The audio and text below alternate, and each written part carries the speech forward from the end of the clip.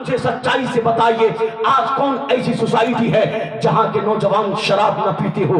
اگر کوئی شراب نہیں پیتا ہے تو وہ کوریکس پیتا ہے، اگر کوئی کوریکس نہیں پیتا ہے تو وہ دارو پیتا ہے، اگر کوئی دارو نہیں پیتا ہے تو وہ تاری پیتا ہے، اگر کوئی تاری نہیں پیتا ہے تو وہ انجیکشن دیتا ہے۔ یعنی وہ دارو پینے والا، وہ شراب پینے والا، وہ انجیکشن لینے والا وہ کہے کہ ہمارے رہن سہن سے، ہمارے کردار سے، ہمارے اخلاق سے، ہمارے ادائی زندگی سے ہمارا گھر سدھر جائے، ہمارا معاشرہ سدھر جائے، ہمارے سماج ترقی کر جائے، یہ تو بہت مشکل بات ہے۔ آپ نے سنا ہوگا خواجہ غریب نواز نے کسی نان مسلم سے، کسی کافر سے جا کر آپ نے یہ نہیں کہا کہ آپ کلمہ پڑھ کر کے مسلمان ہو جاؤ، نہیں، بلکہ غریب نواز کے کردار نے، اخلاق نے، عادات نے، اطوار نے ادائی زندگی ایسا پیش کیا، اخلاق ایسا پیش کیا کہ کم ہی دنوں میں 90 لاکھ لوگوں کو یہ ماننے پر مجبور کر دیا کہ سب سے سنہرا مذہب اگر کوئی ہے تو وہ مذہب اسلام ہے۔ اس لیے ہم اپنے آپ پر محاسبہ کریں کہ ہم کہاں ہیں، ہمارا قدم کہاں ہے، اور ہم آج کل جو ہے تعلیمی ماحول میں پیچھے چل رہے ہیں، ہمیں آگے آنا ہوگا۔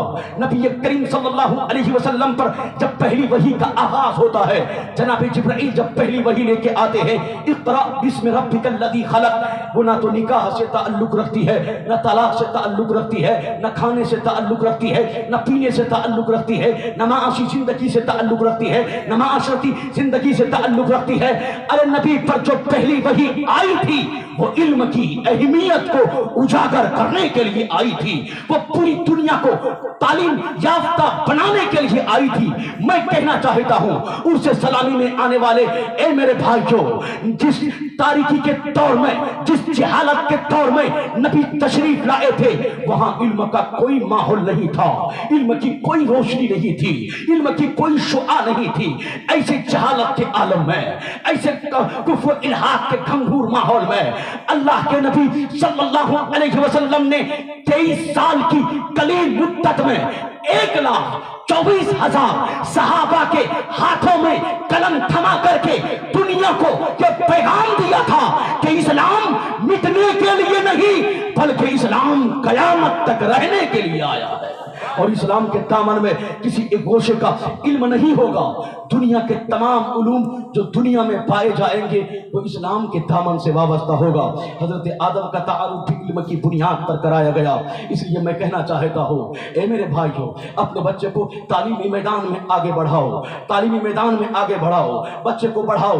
آج ہمارا معاشرہ کیا ہے، تعلیمی ماحول میں ہم پیچھے چل رہے ہیں۔ ملٹی میڈیا موبائل کے ذریعے اپنی ذہنوں کو برباد کرنے والوں، موبائل کے ذریعے رات پر بےہودہ حرکتوں کی بنیاد پر جاگنے والوں، تمہیں علم کے لیے جاگنا ہوگا، تعلیم کے لیے جاگنا ہوگا۔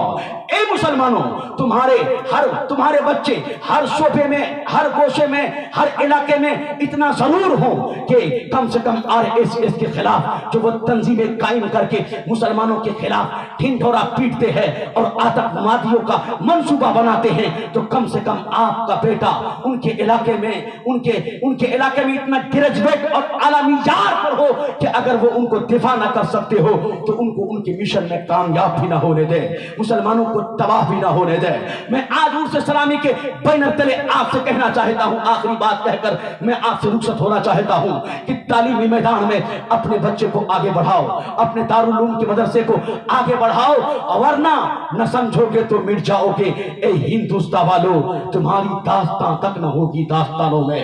آپ اپنے ادارے کو آگے بڑھاؤ، اتنا آگے بڑھاؤ کہ آپ کے ادارے سے بچہ حافظ قرآن کے ساتھ ساتھ وکیل بن کر بھی نکلے، ڈاکٹر بن کر بھی نکلے، MBBS بن کر بھی نکلے، اور اپنے بچے کو تعلیمی میدان میں آگے بڑھاؤ۔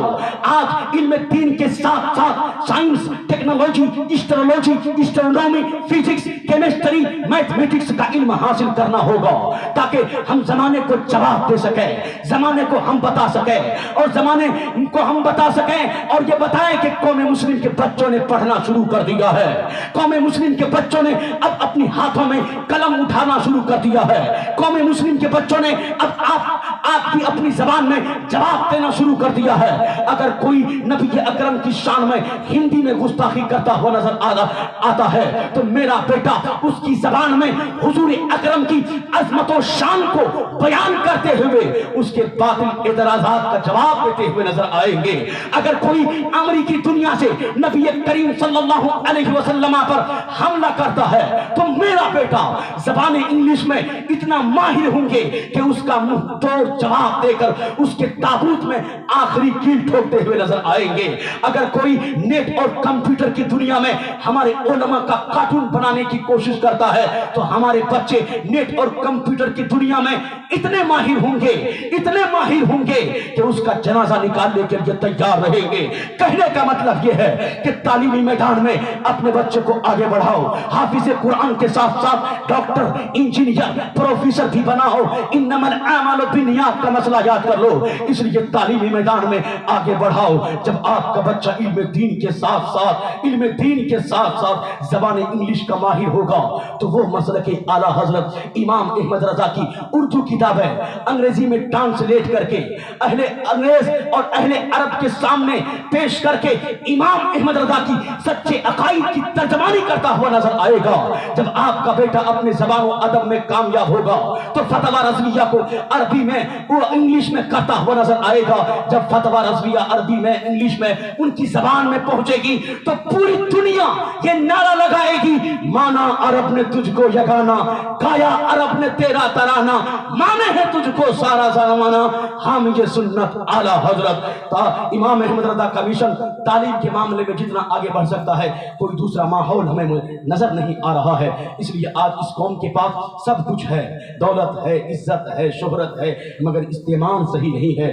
جس دن استعمال صحیح ہو جائے گا تو اسلام پور کیا, کشن گنج کیا, پوری دنیا میں اہل سنت مسلک اعلیٰ حضرت کا بول بالا ہوتا ہوا نظر آئے گا. اور یہ دنیا کہنے پر مجبور ہو جائے گی کہ وادی رضا کی کوہ ہمالا رضا کا ہے, جس سمت دیکھیے وہ علاقہ رضا کا ہے. اس لیے ہمیں اور آپ کو چاہیے کہ اپنے بچے کو تعلیمی میدان میں آگے بڑھائے اور اپنے بچے کو دینی اعتبار دین سکھائے. کم سے کم اتنی تعلیم کہ کم سے کم آپ کا جنازہ آپ کا بیٹا پڑھا دے. نماز کے فرائض روزہ کے فرائض اسے معلوم ہو جائے, اتنی تعلیم ہو جائے کہ کم سے کم وہ قرآن حلال حرام جائز ناجائز وہ جان سکے. میرے ملت کے نوجوانوں, ہمیں اور آپ کو چاہیے کہ اللہ آقا دو جہاں صلی اللہ علیہ وسلم کی شریعت کے موافق, اللہ کے حکم کے مطابق آقا دو جہاں کی شریعت کے موافق چلنے کی توفیق عطا فرمائے. بولنے میں ہم سے, سننے میں آپ سے.